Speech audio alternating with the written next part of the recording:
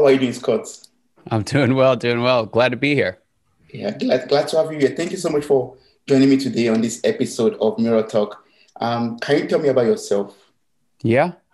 So like you mentioned, I'm the founder of a firm called Eight Figure Focus. And what we really do, our specialty is taking founders and their businesses in that 7-figure million to 9 million territory and giving them the systems and processes that they need to go to the next level, to break that $10 million barrier and to actually enjoy the success. Because what tends to be holding them back isn't so much whether or not they have a great product or a lot of the external things that we point to. What tends to be holding them back is the way that they're relating to the business themselves. Mm. And so we really focus in on them and their leadership team and help them to take what worked so well in the beginning stages of their business and actually use systems and processes to repeat that at scale. And it's a lot of fun.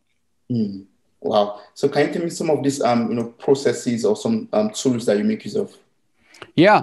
So there's what we've found is there's three problems that successful founders face, right? So if you take the very early days of entrepreneurial, just trial and error, the folks who can get through that, there's this period, we call it fun. We call it the stage of business, just fun. And so what happens is businesses get there and it feels like you can't do anything wrong. It feels like, everything that you set your hand to just somehow works. And that's awesome because back in the very beginning stages, nothing worked. Everything is just trial and error, like challenge after challenge after challenge, setback after setback. And so it's like, we've done it, we've gotten free of all of the craziness of those early days. And now, we're here and things are good. But what happens is the business continues to grow and grow. And as it does, it gets more and more complex inside the organization. The nature of leading a business with 3 people is very different than the nature of leading a business with 30 people, which is very different from leading a business with 300 people. And so as a leader, what happens is we get really good at playing the game in that fun stage. We get really good at doing what it is we do. We get a few of the right people and just everything seems to work. But then at some stage it doesn't. And it creates these 3 problems for founders in particular.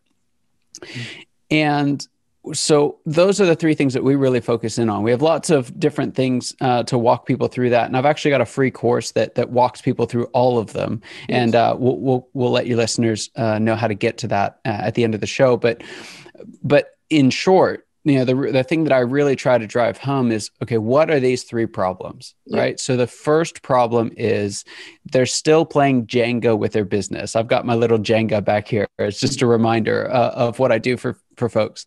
Yes. And what's happening is, as the business is growing, it's kind of like you're taking that piece out of the bottom and sticking it up on the top. Like that's how we grow. And that works because it's pretty easy to do. But then all of a sudden, a founder will find themselves, and if you've played Jenga, this feeling. There's no easy moves left. Yeah. It's like you go and grab that one and all of a sudden the whole thing starts shaking. And it's like, well, what in the world are we going to do? And in the business world, the exact same thing happens. In the business world, what tends to happen is we find ourselves in a place where something breaks, something doesn't go the way that we planned. There's a lot of this happening at this stage. And we go to pull from some resource, some person, some, bank account, whatever it may be. And we go to try and, patch the hole, and we realize there's nowhere left to pull. And so we start taking on more and more of the pressure ourselves, the tasks ourselves. And what makes it so challenging is because that's a miserable process. Like you end up working 80, 100, 120 hours a week. And it feels like you don't really have to show for it what you wish you did. But the challenge with it is that these folks are leading multi-million-dollar businesses. From the world's perspective, they're this raging success. Yeah. And when we look at social media, it's all like, yeah, everything's awesome. We're growing. We got, whatever on the Inc. 5000 list, like we're cool. And inside they're dying. But they can't say it, right? Because, especially people who aren't entrepreneurs, who aren't founders, who haven't been there, or even if they are entrepreneurs and are still struggling, they're like, why are you whining? Like, you've got everything. Yeah. But the reality of it is they really are dying on the inside. And this actually happened. A client of mine, it was a couple that had gone into business together. They'd started a marketing firm, and it had been just growing like crazy. So where most marketing firms are going out and they're finding 1-2 clients at a time, these guys did a deal and brought in somewhere around, I think, 150, maybe 200 clients in one deal. Wow. And they're like, yes, now what do we do? And so they just went after it. It was all hands on deck all the time. Yeah. And they're trying to figure out, like, how are we going to make all this happen? And then one of their main leaders says, this is too much. And she backs out. And so this happens just before I meet them. And they're like, the only ones who can pick up the slack are this couple who'd started the business, and they just had nothing left to give. And so as I was sitting in the meeting with John, he was there. His wife I didn't meet until a little bit later, but as I was sitting in this initial meeting, we were both in the same group together. He's talking about all the success that they're having and all the wonderful things. And then I shared a little bit about what I do. And he's like, I need this. And he came up to me afterwards, because we don't like to talk about this in the middle of a meeting, but he came up to me afterwards and said, if I don't find a solution, I'm done. Guys, a multi-million-dollar business, right? It has achieved really more than he had imagined in a marketing business in such a short period of time. And he was ready to walk away from all of it because he was still playing Jenga with the business. And so fortunately, we were able to get together. I met his wife. She was amazing. And we sat down with the two of them and then 2 more leaders from their organization. And we just took an inventory of everything that was going on in the organization. What are the tasks that they were doing? What are the tasks that others were doing? And I find this again and again and again, is 40, 50, sometimes even 60% of what an organization is doing at this point, because they've been growing so fast, they've accumulated all these activities that they don't need to do. And it's especially true for leaders. Leaders are the worst culprits because anything that anyone else can't do, they do. And so they had all of these tasks and activities that had just piled up. And where all the stress was coming from was that they were looking at probably 5 or 6 different activities that they really needed to do, like genuinely important things, things around their budget and their financial solvency for the remainder of the year, things around next year's planning on how they're going to bring in another client, because they took these big leaps of 100 clients at a time. But all these huge issues are just kind of sitting over them, but they can't get to it because they're so buried in the mire of the day-to-day stuff. Yeah. And so after one session, we were able to just push almost all of that to the side. And they were able to recognize, hey, when something needs to get done, I don't have to do it. I actually have a whole team of people who are trained to do it. And even if they aren't, all I need to do is train them, and I'll be able to let go of that completely. And I will never forget the look on their face by the end of that day, because they were so stressed coming in, and when they were walking out, like, just this look of relief, it's like just the smile on John's face, and just the relief in Rachel's eyes were just, I'll never forget it. And what had happened, nothing had changed, right? They still had everything that the business had to do, they had to do, but they realized that they meant the whole business, not just them.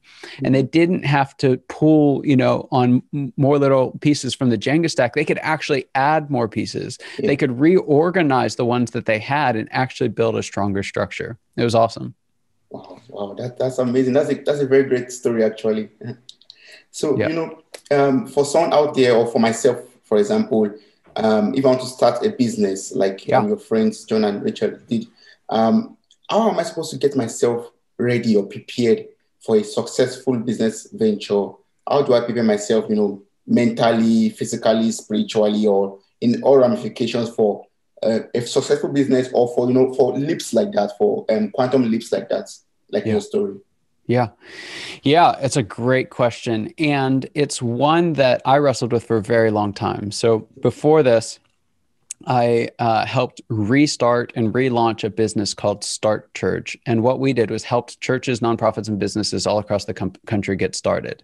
So I spent a lot of time watching a lot of organizations start, right? And what I can tell you, we like to separate the business and nonprofit world, and there are elements that are different. But the reality of it is, organizationally, functionally, they operate in very much the same way. And in seeing, many of them start, and quite honestly, many of them fail. I mean, as an entrepreneur, our chances of success are very, very low. But what it comes down to is a couple of things. One, it's recognizing where we are in our business life cycle. Because there's lots of great resources out there. You can go read Good to Great. You can read Built to Last. You can read anything by Patrick Lencioni. You can read all of the stuff. Yeah, Simon Sinek, all of this. But the reality of it is they're written to a very broad audience. And many times, most of their audience is not entrepreneurs on day one, right? They're writing to business owners, business leaders who are in more established organizations. And so what we try to do, it's similar to what kids do whenever they move out. I heard a statistic that children, when they move out of their home and get married, at least here in the US, will tend to try to recreate their parents' perception of wealth within 5 years. Now, their parents have done that over 25, 35, 45 years, but they try and get to that exact same place in their own house. That's why, especially here in the US, debt is crazy, personal debt. Well, we do the same thing in business, right? We try to run a big business or a small business with a big business mentality, but it doesn't work. And it's the same way. You can't run a big business with a small business mentality. There's an argument that could be made for merging the two. But what I've found to be massively helpful, and what all of my consulting work is actually based on, is something called the predictable success model. It was developed by a guy named Les McEwen, who's a transplant from your side of the pond to ours, but amazing guy, mentor of mine, and I would even say a dear friend. But he has identified that there are 7 different stages that a business goes through from start to finish. They start out in a stage called early struggle, right? And it's an early struggle. It's that existential fight for survival. And I'm going to answer your question specifically about early struggle here in just a minute. But then the next stage is fun. That's that stage I was telling you about earlier. That's fun. That feels like you can't do anything wrong. The organization's growing really quickly. A lot of people call that scale. I have a slightly different view on that, but suffice it to say, it's a very rapid growth time in the business. The third stage is another uncomfortable stage called whitewater. And whitewater is where that success starts to catch up with us. And we actually have to adapt to new rules in the game to really create what we call in the fourth stage, predictable success. Now, it goes on to identify a few different stages on the decline side. There's treadmill. The organization gets a little too processed. They start to lose that entrepreneurial edge. They start to get a little slow, a little arthritic even. And then they fall into the penultimate stage, which we call the big rut. And the big rut, everything feels good, actually, especially for leadership. They finally feel like we've solved the problem and they're more efficient. Many of them are more profitable than ever. But the truth is that they've lost the ability to fail. And so they've lost the ability to invent. And that's why you see giant names from 50 years ago. If you look at the Inc. 500 list from 50 years ago, less than 10% are still on that list today, because they've fallen trapped to that big rut mentality. And then the final stage, the only place to go from big rut is into death rattle, where there's a little bit of spark at the end, but it's just not enough to save the organization. And it's the full life cycle of a business. Now, what's important, and regardless of whether you're a business owner or not, what we can pull from that, the truth is to recognize the season that we're in and pick the strategies that are right for that season. Right? We have to recognize I'm in this stage of life, this stage of my relationship, this stage of my business, whatever stage we're in, we have to recognize the when so that we can respond accordingly with the correct what. Yeah. Yes. So if you're in early struggle, what's the what? If you want to start a business, someone listening to this podcast is saying, I'm ready to start a business. What Well, you have to recognize you're going to go into early struggle. You don't get to skip a stage. It's going to be that fight. Now, what is the struggle for? The struggle is to find a profitable, sustainable market, right? It really just boils down to that. There's a lot that goes into that, but at the end of the day, the businesses that succeed do so because they stayed focused on that one thing. They weren't focused on, do I have cool, podcast equipment since we're on a podcast, or do I have, the right Herman Miller chair, or do I have, this great computer, or whatever it may be. Have I had coffee with someone that I think is really cool? And if that doesn't lead you toward a profitable, sustainable market, then it's not moving you toward a viable business. So that's the first thing that I'd recommend, is that if you're going to start a business, know that it's going to be difficult. It can be worth it, but it's going to be difficult. And if you're willing to take that difficulty head on, then the second thing is to stay massively focused on finding that profitable, sustainable market. It's not about having the perfect product. It's about being able to sell what you have. And how do you successfully, find that market that's for you? How do you successfully, build a community, for example, or look for the people that are suitable for your product? How do you do that in the early stage? Yeah, there are a handful of folks who do this exceptionally well. So there's a system called the Story Brand Framework by Donald Miller, which helps you to identify the story, your story, and the story of your customers, and actually use that as a marketing framework to speak very specifically to the problem that you help them solve. It's fantastic. I deeply appreciate it. There's another, I've just completely forgotten his name, but there's another guy named Matthew Pollard.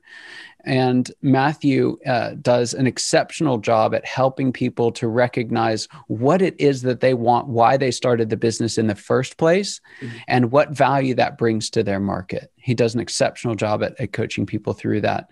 And I'll have to take a pass on the third one because it just completely, Michael Port does a great job at this as well. So those three folks, what they do is they take away the external reality of what's going on, because most of the time there's a market for most things. We live in a really, really big world, and we have massive amounts of access to that world. I mean, you can, at Start Church, we had a $10 million business selling paperwork to churches, right? Like, wow. And if we can do that, then you can do just about anything. So yes. It's not so much about finding the perfect product, although that's really important. It's about finding your spot in the world, really, and then learning how to communicate that effectively to others. And those three gentlemen and the systems that they've created are incredible at helping folks do that. Yes. Wow, that's good. That means for you to come out successfully out of the early struggle stage or phase, one has to really be focused and find the right market. Don't focus on the beauty of the old process or the kind of laptop or the kind of equipment you have, but yes. Reaching out to your customers, actually. Yeah, that's right. It doesn't look glamorous. We have this idea of entrepreneurship and starting your own business as this really beautiful thing, and it is. But it's beauty hidden in a lot of hard work, and we don't always talk about that. Yeah, that's true. That's very true.